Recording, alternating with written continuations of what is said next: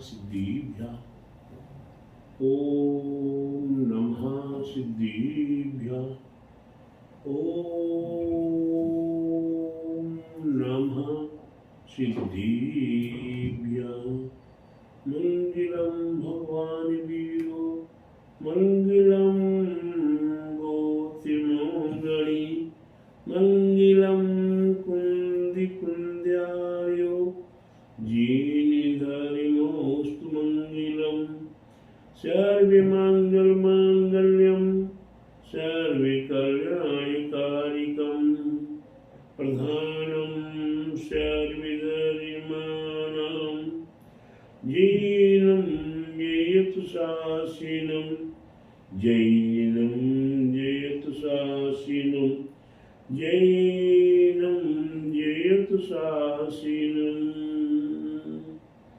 बोले समय जिन धर्म की जय बोले विश्व धर्म की जय श्री मनोधर्म की जय श्री वर्तमान जी शासन के महावीर भगवान की बोले द्वादशांगी जी निर्वाणी माता की बोले आचार्य गुरु स्वामी परम तपस्वी ब्रह्मचारी परम ऋषि संत शिरोमणि पंचवर्ष के जल के त्यागी सुतंत्र सेनानी ज्ञान वृद्धि तपोवृद्धि वयोवृद्धि वात्सल्य मूर्ति आचार्य श्री स्वामी नीमी सगर जी महाराज की जय।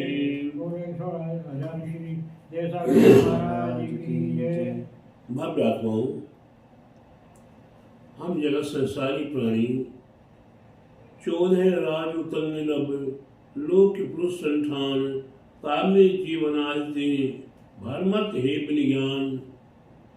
इस संसार में 14 राज्यों, इन 14 राज्यों में ये संसारी प्राणी निरंतर भटक रहा है ज्ञान के अभाव में, और ज्ञान बिन जाने ते दोष गुण को कैसे तजिए गई जब तक आपको सम्यक ज्ञान प्राप्त नहीं होगा, यथार्थ ज्ञान प्राप्त नहीं होगा, तब तक आप वस्तु के गुण और दोषों को नहीं जान सकते हैं।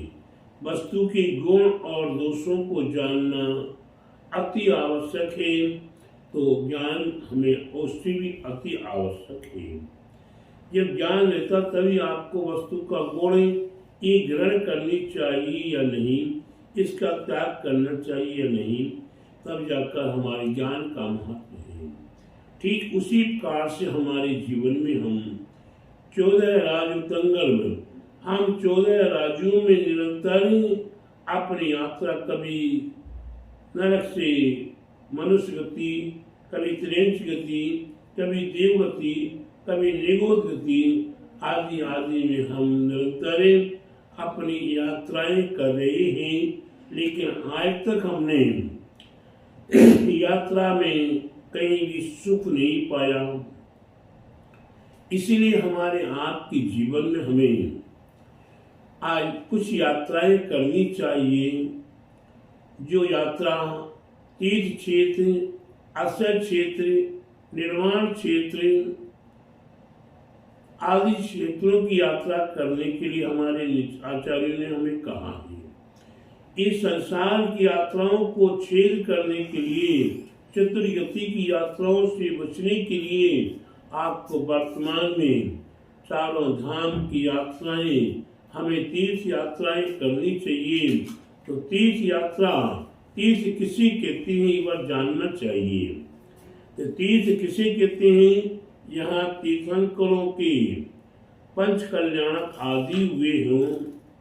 हमारे 24 तीर्थंकर हुआ करते हैं। ऐसे 24 तीर्थंकरों के जन्म गर्भ कल्याणक, जन्म कल्याणक, तप कल्याणक, ज्ञान कल्याणक और मोक्ष कल्याणक, ये पांचों कल्याणकों में से कोई भी कल्याणक हुआ हो तो उसे तीर्थ कहते। क्यों कि तीर्थंकर है।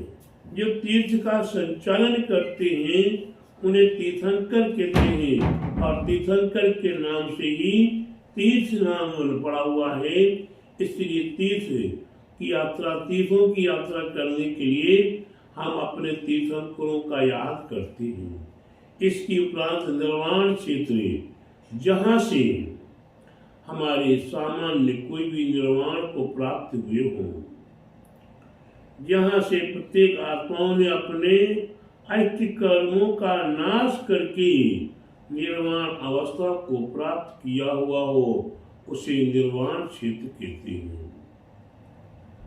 पांचों कल्याणकों का करते हुए अंतिम निर्वाण, अंतिम कर्मों का क्षय, अपने जो अनादिकाल से हमारे साथ कर्म लगे हुए थे उन कर्मों का नाश करके निर्वाण पद को प्राप्त किया, वो निर्वाण क्षेत्र है। अक्षय क्षेत्र, जहाँ से किसी भी प्रकार का कोई अचानक आश्चर्य हुआ हो, जहाँ से कोई चमत्कार हुआ हो, अनोखा कार्य जहाँ हुआ हो, उसको अक्षय क्षेत्र कहा करते हैं।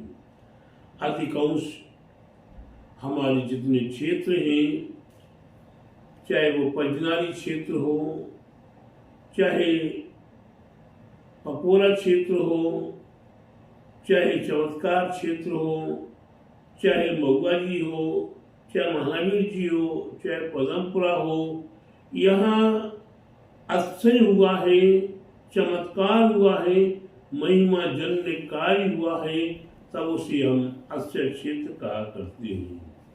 तो हमारे लिए तीर्थ क्षेत्र, निर्वाण क्षेत्र, अक्षय क्षेत्र और मोक्ष क्षेत्र, जहाँ से सामान्य भव्य आत्माओं को मोक्ष की प्राप्ति हुई हो, जैसे भरत, बाहुबली, राम, हनुमान, सुग्रीव आदि ने जहाँ से निर्वाण प्राप्त किया उन्हें मोक्ष भूमि कहा करते हैं। ऐसी भूमियाँ हमारे आपके लिए पूजनीय है, माननीय है, सम्माननीय है, और हमें उनकी यात्रा समय समय पे करते रहना चाहिए। पहले के समय में मैंने देखा कि व्यक्ति अपने जीवन में पर्युषण पर्व के समय पर 10 दिन या भादों के महीने में अपने तीर्थ, अपने स्थानों पर जिनालय में पूजा पाठ अनुष्ठान आदि किया करते हैं। और भाद्र मास के बाद जिसे कुआर का महीना बोलते हैं, अश्विन मास के बोलते हैं, उस अश्विन मास में एक कार से सारे काम आदि कम हो जाते हैं और वर्षा आदि अधिक हुआ करती थी। उस समय पर सभी लोग अपने पर्युषण मनाकर अपने भाद्र मास का पर्युषण मनाया, दशलक्षण मनाया, और अपनी कहीं कोई छोटी यात्रा में, कोई बड़ी यात्रा में, कोई 1 दिन की यात्रा, कोई 10 दिन की यात्रा, कोई महीने भर की यात्रा आदि आदि किया करते। क्यों? कि हमें संसार की यात्राओं से विमुख होना है, संसार की यात्राओं से छुटकारा प्राप्त करना है और हमें अपने जीवन को सार्थक करना है। हमें वास्तव में वही यात्रा करनी है जो यात्रा हमारे सिद्ध प्रभु ने की है। हमें ऐसी यात्रा करने के लिए हमें भूमियों का जो सिद्ध भूमि है, अक्षय क्षेत्र है, निर्वाण क्षेत्र है और तीर्थ क्षेत्र है, ऐसे क्षेत्रों की यात्रा, क्योंकि जहाँ से इन आत्माओं ने, परम आत्माओं ने कोई अपने कर्मों का नाश किया है, वह भूमि अपनी आप में एक प्रकार से महाधन्य हो जाती है। कहीं प्रतिष्ठान ग्रंथ में लिखा है कि जब कहीं कोई पंच कल्याणक प्रतिष्ठा आदि भी हुआ करते हैं, उन पंच कल्याणक प्रतिष्ठा आदि में भी क्षेत्रों की भूमियां, उन भूमियों की मिट्टी पंच कल्याणक प्रतिष्ठा महोत्सव को साधन संपन्न करने में कारण बना करती है। और सिद्ध क्षेत्र आदि की भूमियां की जो मिट्टी है, किसी के घर में कोई भूत प्रेत व्यंतर बाधा या किसी के यहाँ कोई टोना टोटका आदि या किसी न किसी के यहाँ कोई उत्पात आदि कराने का प्रयास किया है, अगर उसके घर में, दुकान में या उसके प्रतिष्ठान में या मंदिर आदि में इन क्षेत्रों की मिट्टी अगर प्रयोग में की गई है तो शायद उस घर का, कहीं किसी प्रकार का, उस दुकान का, उस मंदिर का कोई भी बिगाड़ नहीं हो सकता और उसका दिन दुना रात चौगुना उन्नति और सफलता प्राप्त हुआ करती है। तो भूमि कितनी महत्वपूर्ण होती है, इसीलिए किसी ग्रंथ में लिखा है कि अपने आत्मा की शुद्धि के लिए बाह्य शुद्धियों की आवश्यकता है और बाह्य शुद्धियों में क्षेत्र शुद्धि की विशेष बात कही गई है। जो क्षेत्र शुद्ध होता है, जैसे अभी आपके नोएडा सेक्टर 27 में पंच कल्याण प्रतिष्ठा महोत्सव हुआ और मन जिनालय के अंदर ही हुआ है, जिसमें किसी प्रकार की कोई अशुद्धि का कोई कारण नहीं बना। क्यों कि यहाँ पहले से ही शुद्ध भूमि थी। यहाँ से भूमि में या मंदिर में कभी किसी प्रकार का कोई न खाना, न पीना, न कोई रगड़ा, न जमेला और न ही कोई जूते चप्पल या कोई अशुद्धि का कारण पहले से ही नहीं था। और जब पंचकल्याण प्रतिष्ठा महोत्सव हुआ, उस पंचकल्याण प्रतिष्ठा महोत्सव में भी कहीं भी किसी प्रकार का कोई भी अशुद्धि का निमित्त कारण ही नहीं बना। इसलिए इन मूर्तियों में महान अक्षय आएगा। ऐसा क्षेत्र, ऐसा अपने आप में पूजनीय होता, माननीय होता, सम्माननीय होता, कण कण पूज्य होता। जैसे आपको कहा है कि संवेद शिखर के पहाड़ से अनंत अनंत सिद्धों ने निर्वाण प्राप्त किया है, तो ऐसे निर्वाण को प्राप्त करने वाले कण कण पूज्य होगा। जहां जहां से जिन जिन आत्माओं ने निर्वाण प्राप्त किया वह भूमि पूज्य हो गई। उस भूमि पे से कितनी महान भूमि कि यहाँ इस भूमि से इतने सिद्ध बनने की क्षमता प्राप्त हुई, तो वह भूमि पूज्य है। इसीलिए क्षेत्र का विशेष महत्व है।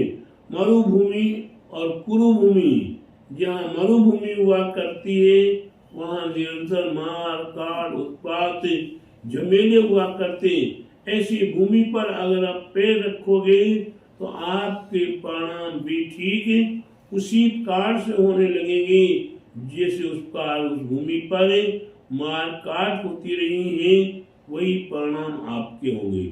और जहाँ कुरु भूमि है, जहाँ संधि हुई है, जहाँ आपस में विवाद घटी है, जहाँ आपस में उसके राजीनामा हुआ है, उस भूमि पर पैर रखते ही आपके परिणाम में सरलता, निर्मलता, पवित्रता आएगी। इसीलिए हम और आप अपने जीवन में जो नाना प्रकार के परिणाम करते रहते हैं, उन परिणामों से बचने के लिए, उन परिणामों से छुटकारा प्राप्त करने के लिए हमें तीर्थ यात्रा आदि करनी चाहिए। और तीर्थ यात्रा में पहुंचकर हमारे लिए अपने जीवन को सार्थक करने के लिए तीर्थ यात्राओं में हमें नियम, व्रत, संयम के साथ आत्म कल्याण का रास्ता प्रशस्त करने का भाव करना चाहिए। आपने कभी सुना होगा कि जब प्राचीन समय में संवेदाचल पर्वत की यात्रा करने जाते थे लोग, तो बुजुर्ग लोग जाते थे, सोच के जाते थे कि बस मैं अंतिम यात्रा कर रहा हूँ, मेरा अंतिम समय संवेद शिखर में पूरा हो। और ऐसा हुआ करता था पहले कि वहां जाकर बहुत लोगों का समाधि हो जाता था। लेकिन प्यारे बंधु, आज का समय, उस समय तो बैलगाड़ियों से जाते थे, पैदल जाते थे, लेकिन आज हमारे पास सुसाधन है, ट्रेन है, प्लेन है, बसें हैं, अपने पास निज की गाड़ियां हैं। हम सुबह जाते शाम को आ जाते हैं, सारी यात्रा करके वापस आ जाते हैं। आज प्लेन से जाइए, आप रांची उतर जाइए, आप कलकत्ता उतर जाइए, पास में जहाँ भी फ्लाइट का साधन है वहाँ पहुँच जाते। नहीं तो ट्रेन से जाते हैं और सुबह गए, शाम को आ गए, आज गए, कल वापस आ गए। तो यात्रा करने में हमारे कर्मों का क्षय हुआ करता है। इसलिए प्रत्येक भव्यात्माओं को कहा है, पुण्य क्षेत्र महापवित्र हुआ करते हैं। ये सप्त पुण्य क्षेत्र हैं। उन सप्त पुण्य क्षेत्रों में उनमें अपने दिगंबर साधु भी आ जाते हैं। वह भी पुण्य क्षेत्र मानते हैं। क्यों कि वहां से तो मोक्ष चले गए, वह तो हमें बताने और बोलने नहीं आएंगे। लेकिन दिगंबर साधु जहाँ हैं उन्हें भी तीर्थ कहा है, उनकी चरण जहाँ पड़ जाते वह चरण जगह भी तीर्थ बन जाती है, ऐसा हमारे आगम का उल्लेख है। तो हम अपने जीवन में सप्त क्षेत्रों के दर्शन करें और अपने 60 कर्मों का नाश करें, अपने जीवन को सार्थक कर सकते हैं। इसलिए मैंने तीर्थ क्षेत्र, अक्षय क्षेत्र, निर्वाण क्षेत्र एवं मोक्ष क्षेत्र इनकी यात्रा कर अपने जीवन को सार्थक करें और संसार की जो अनादिकाल की यात्रा करते हुए चले आ रहे हैं उस यात्रा में विराम कर अपने जीवन को निर्वाण अवस्था को प्राप्त कराने के लिए प्रशस्त करें। यही हमारा आप सभी अभ्यात्माओं को मंगल आशीर्वाद। बोले महावीर भगवान की जय, बोले संपूर्ण सिद्ध क्षेत्रों की जय, बोले अक्षय क्षेत्रों की जय, निर्वाण क्षेत्रों की जय, बोले महावीर भगवान की, बोले द्वादशांग जीन वाणी माता की, बोले आचार्य गुरुवरी स्वामी परम तपस्वी उच्चरी परम तेसी संत श्रोणी नेमी सागर जी महाराज की जय। आचार्य गुरुवर 108 दया सागर जी महाराज की जय।